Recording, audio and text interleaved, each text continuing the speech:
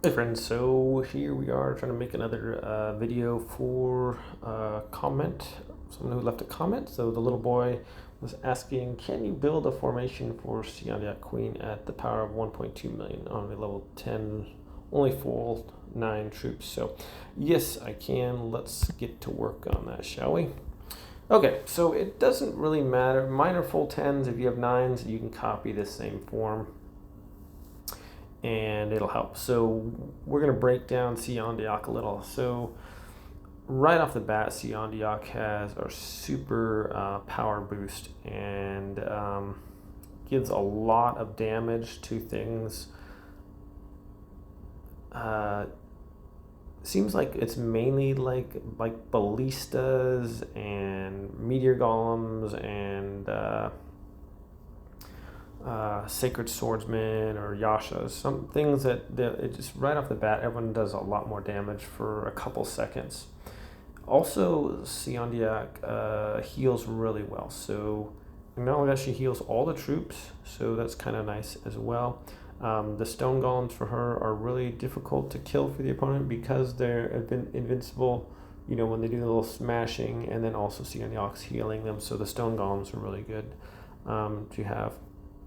This particular formation is a split stone golem one, and it's good for fighting forms that have a single stone golem in the front here. I'm going to take it to the arena and we'll check it out. Okay, I'll be training against my Davison.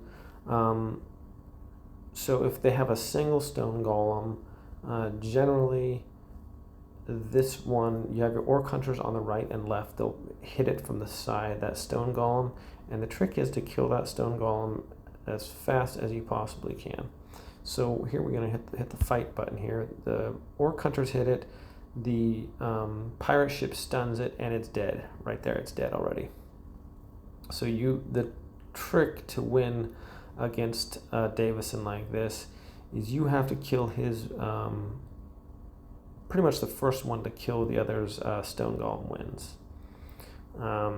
As you can see, his died almost instantaneously. Now, Seondeok is one of the few heroes. I think she gives the biggest boost of attack right off the bat. And so let's break down kind of what happened. So the orc hunters hit that stone golem, the middle stone golem. The pirate ship stunned it. Now, the stun is important because you don't want that stone golem to go on the offensive. You don't want him to hit the ground or else he becomes invincible and you won't kill him as fast. So the pirate ship in the center is important. Now, you don't have to have, say you don't have that many meteor golems, so you have a couple, maybe a couple sacred swordsmen, and where's my yashas? Where's my yashas? Out of there. And a couple yashas. All right, same principle. Here we go.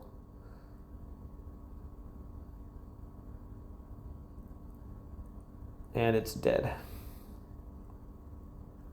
What's nice about the yashas or the meteor golems, usually after they kill that stone golem, they turn and they go to fight the other things on the outside. So this works also if you're fighting, say you're fighting a Davison and he's got or another one that's got 3 stone golems. So this can work also with the 3. Just throwing in different stuff there. So watch what happens. The orc hunters are going to push those 3 stone golems almost into one little spot. The pirate ship will stun, and we should be able to kill them all as one whole thing there if we're lucky.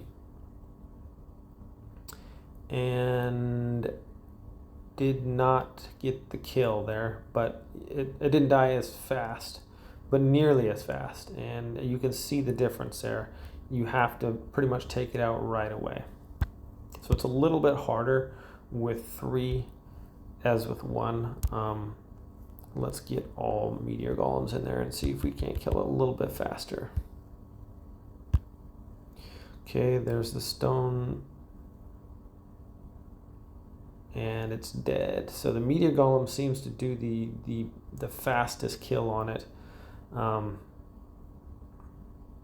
But even that, I don't think we're gonna beat Davison. He's pretty gnarly.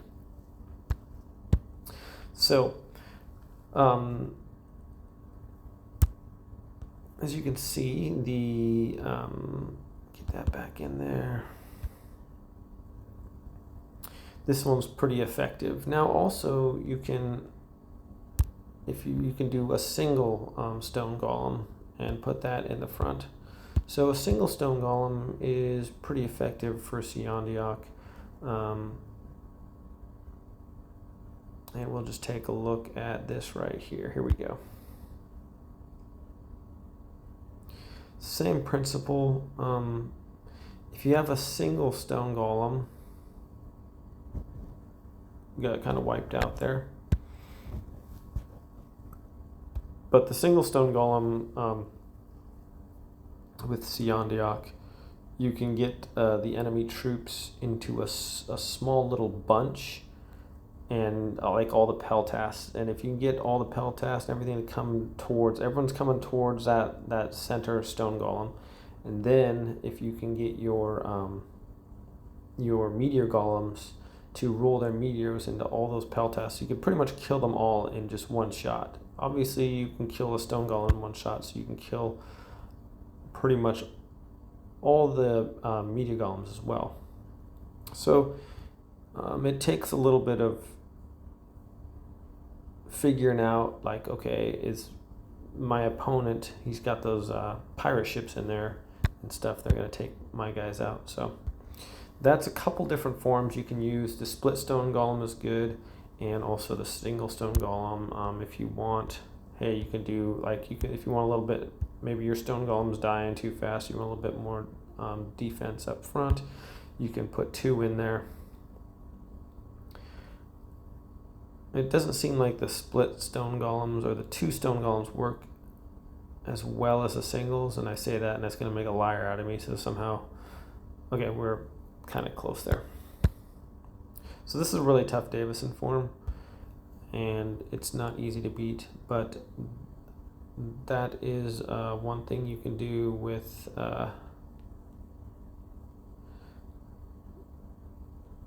Seondeok. Okay, I'll take a screenshot. Another thing you can do that can boost some damage is,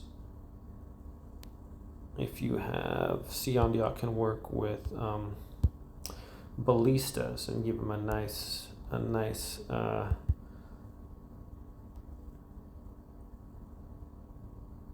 damage boost.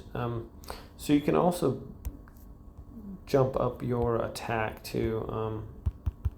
Seondeok heals, and Ghost Assassins seem to do really well with Seondeok, so you can throw in some Ghost Assassins if you want for a little bit better rear attack, and a good rear attack is always good. So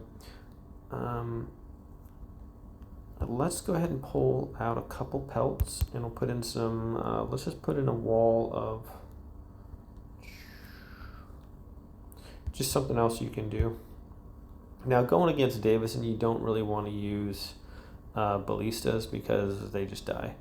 But let's go that anyways, because ballistas get a nice attack bonus right off the bat, like everybody else does. So here we go. They all died pretty much instantly.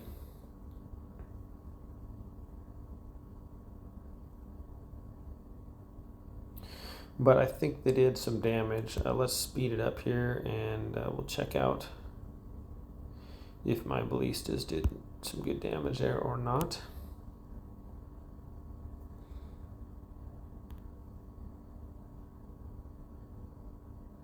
Okay, not so much. Let's put in somebody else here. I want to input this one. Confirm train. All right, let's have a little bit more of a real thing. I'm not going to take on Davison with this form, obviously. So we got our ballistas in there, when Seondeok first came out, I used actually 8 ballistas. I was like pretty much just destroying alleys with it. It was just, her whole front line was just melting, and then would kill the rest of them. But we'll check out see the rear attack coming on. Those Ghost Assassins do really well. If you want to put a Goblikazes work well against pretty much every hero except for Celine. We'll check out the troop details. So as you can see, the ballistas, there's 2 over 500,000, and so they get a nice almost like a Celine type boost. So there's another one with 500,000.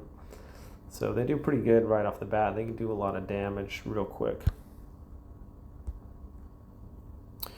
All right, so you can mess with the configuration if you want actually a solid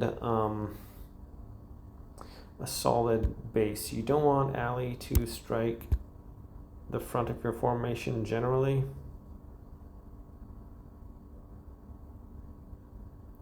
Oh, come on. Every time I'm trying to make a video for you guys, and then I'm trying to get my alley form in here so I can show you. Not working. Okay. So if you have an alley that you can use that, test your form against it, and then alley will generally strike where the biggest, the tightest group of troops are. I made a video before how to get alley to strike where you want to, but you'll see most people have their range in the back, and then defended by this rear line. So the rear line,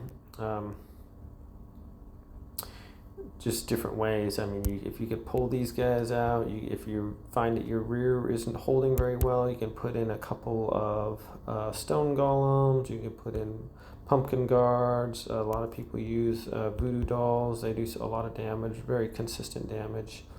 So different things like that. And these can all be substituted. If you don't have as many meteor golems as I do, you can use Sacred Swordsman. They're all pretty much interchangeable. Sacred Swordsman, Yashas, Meteor Golems, pretty much similar. You can also, I mean, if you don't have that, you could even put in a Stone Golem there if you want a little bit of extra tanking. Now, if you're fighting opponents that a lot of people use Orc Hunters now, and they're easy to stop with a Goblikazi or 2. Generally, 1 Goblikazi right behind your Stone Golem is going to take out about 3 Goblikazis, 3 or 4. Now, if you notice that your opponent has like just a ton of Orc Hunters, go ahead and throw 2 Goblikazis in there, and that pretty much just takes them all out, because they're all going, if you have just a single Stone Golem up front, all their Orc Hunters are going to attack right here, and that's going to blow up and just pretty much kill all of them. Orc Hunters also do a lot of damage with Seondeok. Let's pull out a couple of our things here, and we'll go against this guy. Throw in some Orc Hunters. All right, here we go. I think we got this one.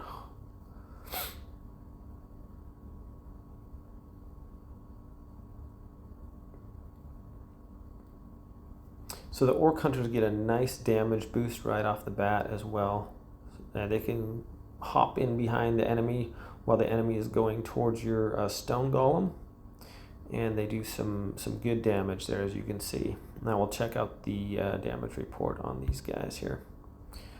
So as you can see, the ballistas did pretty good. Well, one did, and then the Orc Hunters, 300, 250, 220, 179, not bad at all. Well, my Stone Golems did really well there in the back.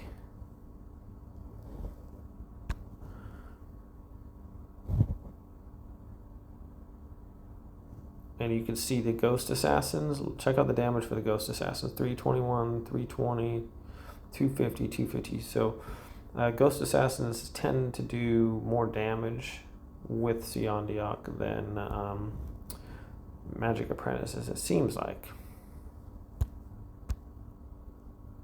Okay, so there's a couple different forms you can use, and I like to if you're in a clan, be sure to test your form against guys with different things. If they got an alley, if they have another Seondeok, if they have a Davison, and you kind of get to know like, okay, what can beat what.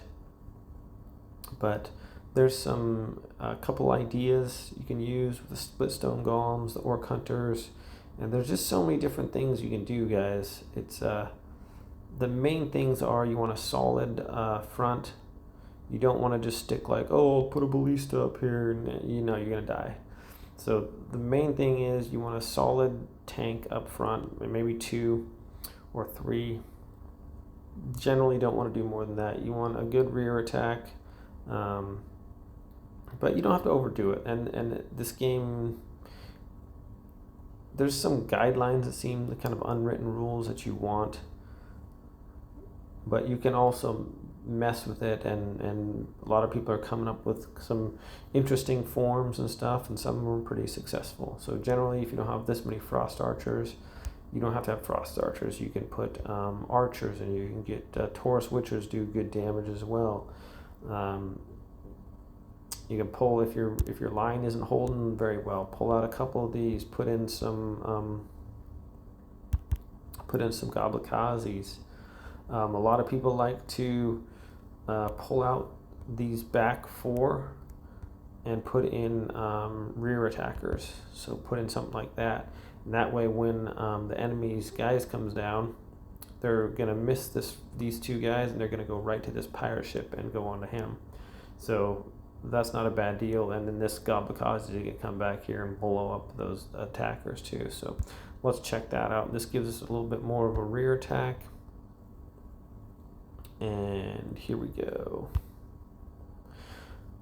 So you'll notice here comes the magic apprentices. They're all hung up on those pirate ships there.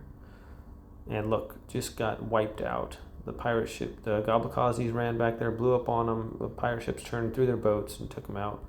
Unfortunately, my orc hunters just went crazy there. Okay, so you can see how the orc hunters are beating my form. Watch this one simple move. I'm just going to pull out, put in a Goblikazi there, and watch now the orc hunters are coming. There they go, and they blow up on there, and they're all pretty much dead. So if you're going up against forms and they got a bunch of Goblikazis, guys, that's how you take them out. I'm sorry, I keep saying the Goblikazis. If they have a bunch of orc hunters, they're easy to defeat. Just stick the Goblikazi back there. So you can see, wow, I just wiped the guy out now. So ballistas do really good damage with Seondeok, guys.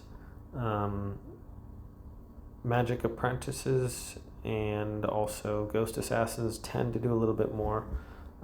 Check out your opponent's defense. If he has a bunch of Goblikazis back here, put in a couple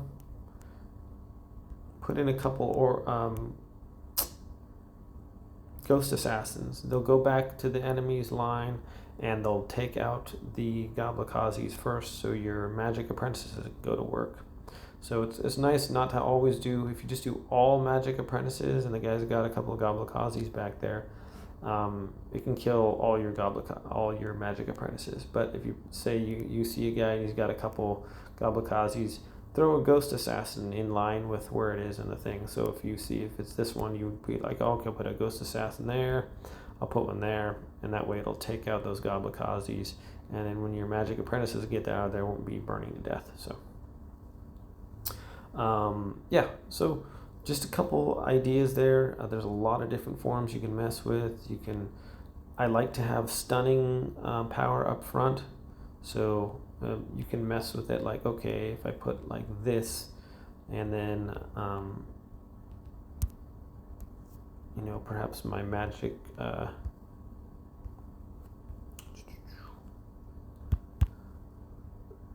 sacred swordsman or something like that. You want to maybe mess with your pirate ships or something. Okay, this one isn't getting the stuns.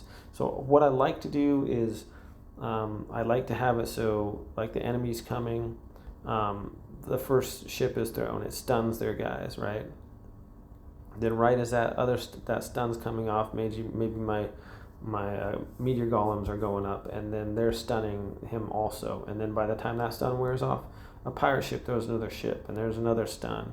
So that ideally, if you can keep your enemy just stunned the entire time, you're probably going to win, because they're not doing damage while you're doing damage to them. So mess with that. Some people like the pirate ships out on the sides. It just depends, guys. So it takes some practice and then messing with your form. But don't put them up in the front like this. Generally, that's a bad idea. Your rear attackers are going to die instantly. So thanks for the question. I hope this helps. I didn't really do any super specific forms because they're just so fluid. You can... Crud, I hope I haven't messed up my form beyond recognition here. But you can do all kinds of stuff, guys, and just kind of mess with stuff, and some are going to have better results, and some forms that don't look like they're going to be very good at all are like, well, I got this one, you know. Sometimes I'll think I'll have an easy win, and then it just destroys me. I'm like, how, you know? So it does seem also that a nice variety of range and rear attackers, a nice balance of each, instead of just, 30 peltas or something like that. A variety of troops tends to do better. So that being said, thanks for watching this video. I hope it's helpful, and I'll see you guys later. Well, you know what? I'm going to try to pull up a few of the high-ranked Seondeoks that I come across, and show you some of those screenshots real quick. All right, here is one here. You can see the split stone golems, the nice stun up front with the pirate ships and the meteor golems, the high DPS. It's going to take out that single stone golem up front. The orc hunters, it's all going to do a lot of damage. They have a nice solid rear defense with the pirate ships and the voodoo dolls, and some nice range and everything. So nice balance of troops right there. Well, I guess I didn't have a whole bunch. I had that one screenshot, so I hope that was useful. On that note, my friends, I didn't mean to drag this video on so long. I was just trying to hopefully help out with some tips there on Seondeok. And thanks for the comment. I'll see you guys all next time.